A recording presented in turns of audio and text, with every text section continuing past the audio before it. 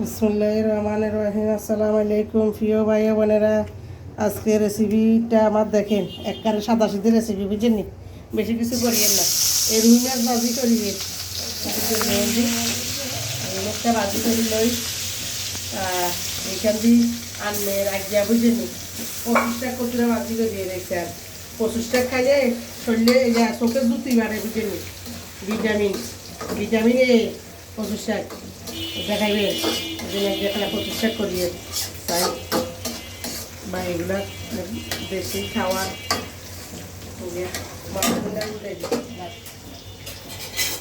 আর এখান দিয়ে ভাতের মার গালিয়ে লেছি, এখান দিয়ে রান্না করলাম আনমের সেম দি কফি দি ফাঙ্গাইশ মাছ দি রান্না করলাম সবজি।